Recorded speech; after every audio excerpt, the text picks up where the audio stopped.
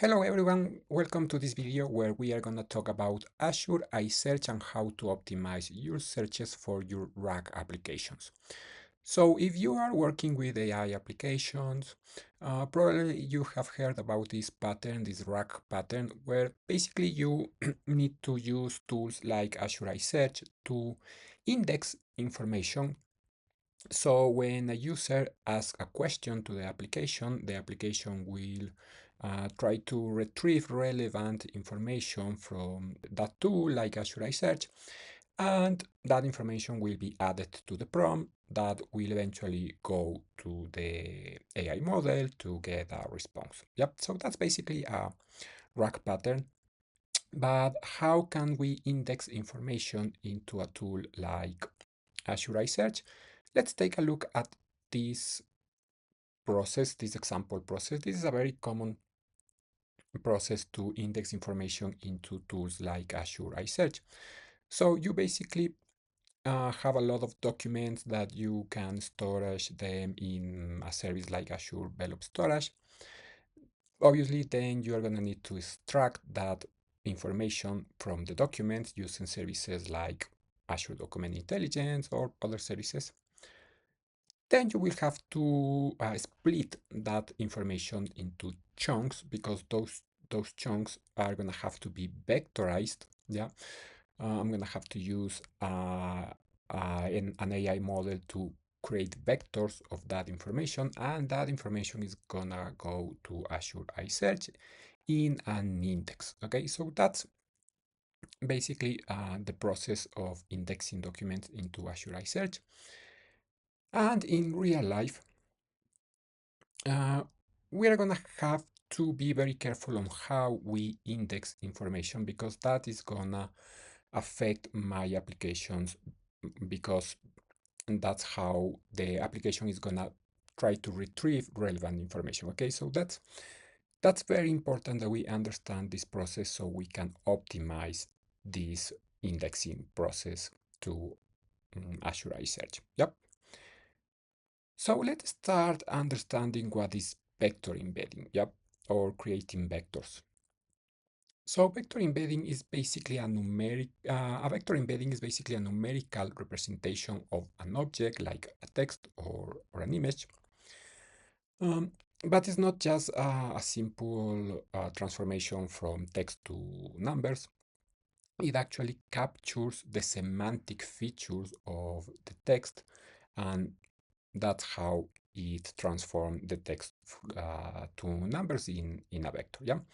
For example, let's take a look at these words. The word dog can be represented by this vector. This is just an example. And the word animal can be represented with another vector, like this other vector. Yep.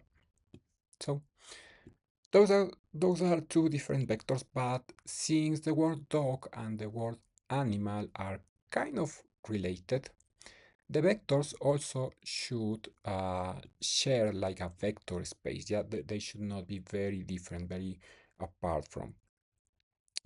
That's the trick of creating vector embeddings. Yeah, but the models already do that. We just have to understand the concept. So let's start it by creating a vector embedding so we can understand better this part of the process. So we are going to create a vector embedding with an OpenAI model. OpenAI has different models to create vectors.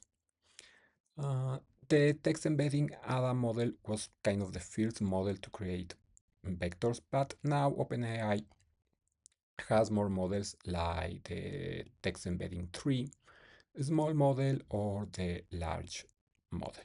Yep. So we are going to create an example of an embedding using the text embedding 3 small model. So I'm gonna jump into a notebook that I have over here that is gonna help me to explain how to create this kind of embeddings. Okay, so I'm gonna use the text embedding 3 small model in in GitHub Models because it's very easy to use. You just need to create a token and you can start using the models available in GitHub Models. Okay, and I'm gonna create an embedding for this document.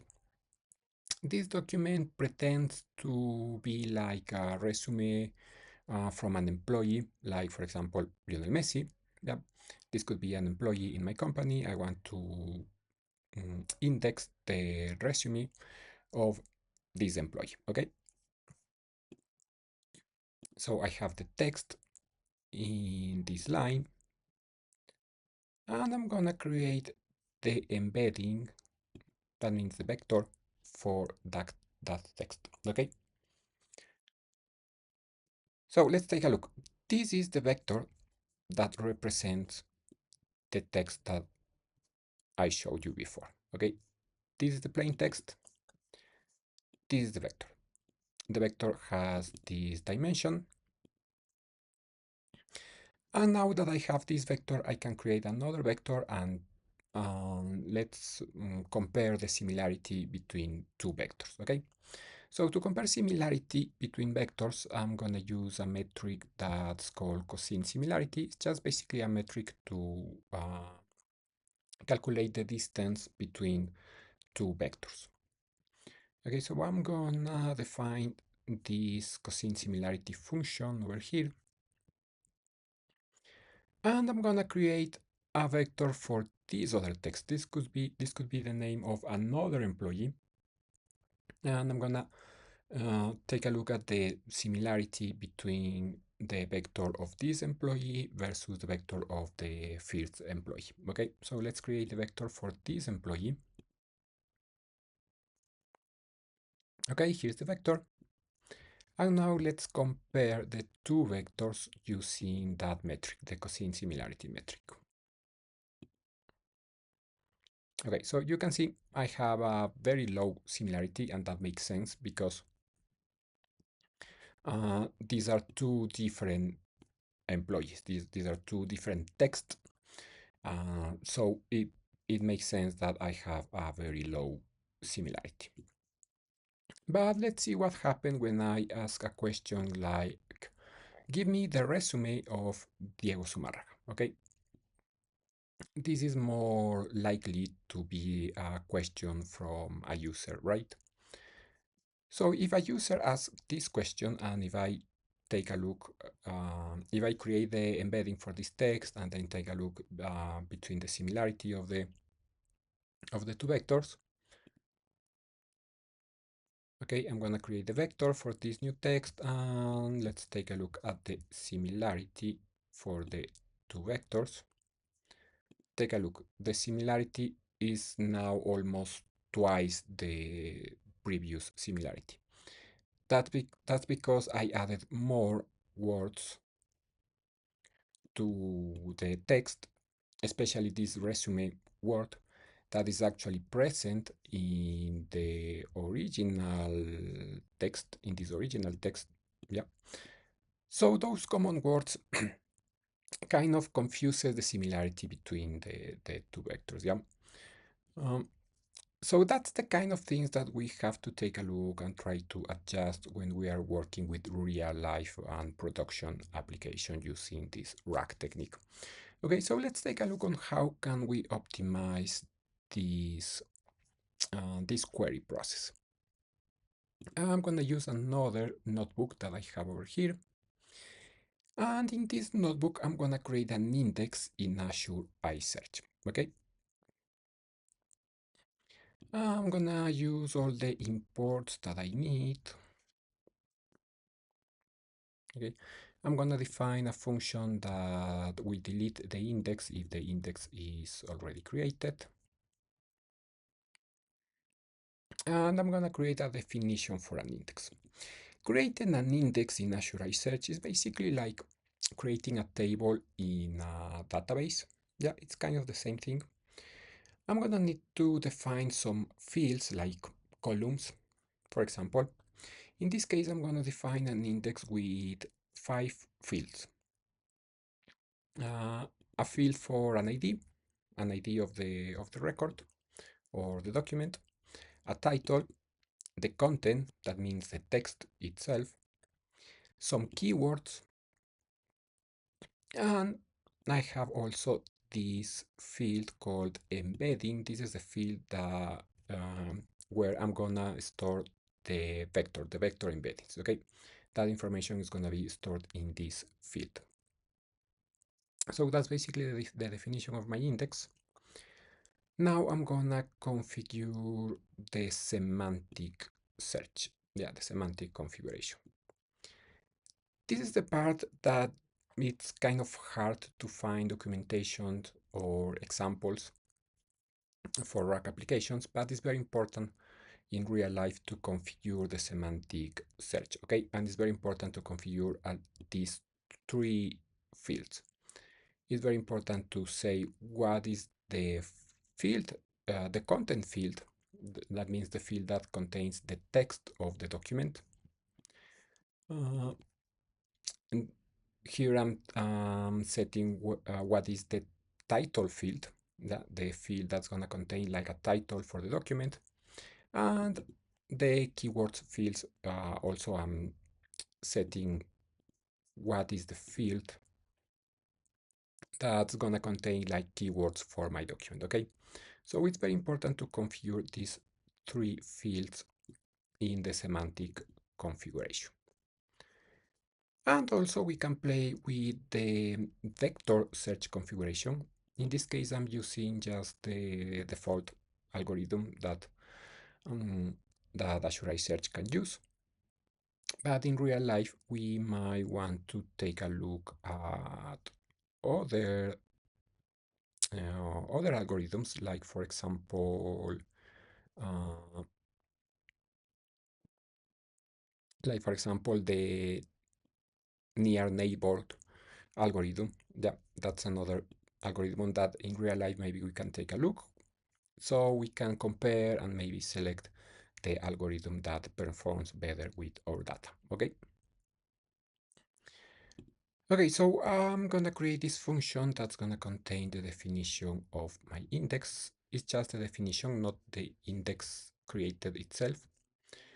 The index I'm gonna create with this code. Yeah. With this code, I'm gonna create the index in Azure AI Search. Okay, so I defined it in the previous function, and with this code, I'm gonna create that index in Azure AI Search.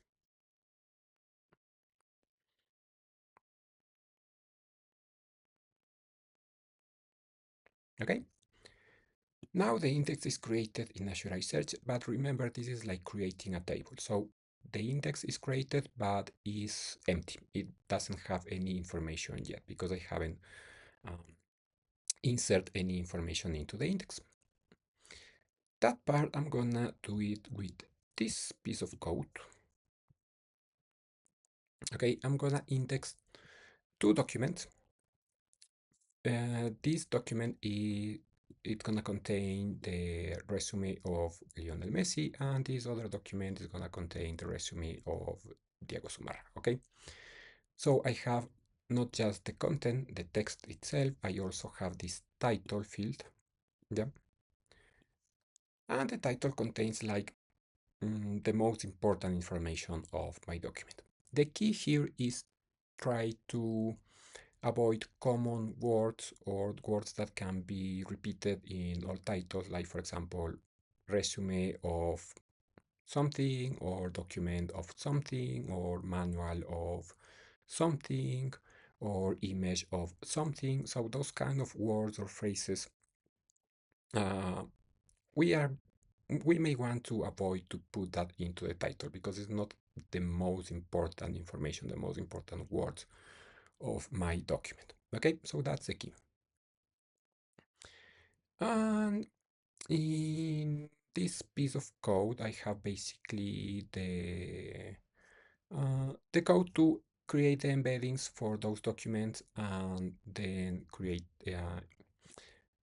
saving that information into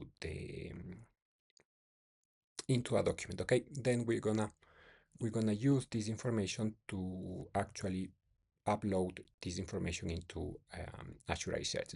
That's gonna be like making an insert into the index. Okay, so I'm gonna just create a definition of this function, and with this other line, I'm gonna execute the function so the index can be created. Okay, so the index now is created. I'm gonna upload that index into Azure AI Search. Yeah, remember this is like performing an insert into the search, into the index. Okay, so now the index is uploaded to Azure AI Search. Now I'm gonna be able to test this index by doing some queries or doing some searches. Okay, I'm gonna use this other document, this other notebook. In this notebook, I'm gonna test a query in Azure AI Search. I'm gonna use the imports that I need. Again, I'm gonna use the text embedding tree small model in GitHub models. Okay, and now I'm gonna create the same embedding for the same text that we used before. Give me the resume of Diego Zumarraga. Okay, let's create that vector embedding. Okay, and now let's use this vector embedding to perform a query in Azure AI Search. Yeah, so Azure AI Search basically is gonna look for documents with similarity with the vector that I'm gonna pass into the search. Okay, so I'm gonna create an item with the query, the text of the query, and the embedding, also the embedding, okay? And I'm gonna create a search client with this code. And okay, in this piece of code, I'm gonna perform the search in Azure AI Search. I'm gonna pass to the search client, I'm gonna pass the search text, the content of the search itself, but also the embeddings, the vector. Yeah, so the search can be performed by the semantic search and the vector search. Okay, I'm gonna perform the search, and with this other piece of code, I'm gonna retrieve the best answer. Okay, let's take a look at what was the best answer for the search.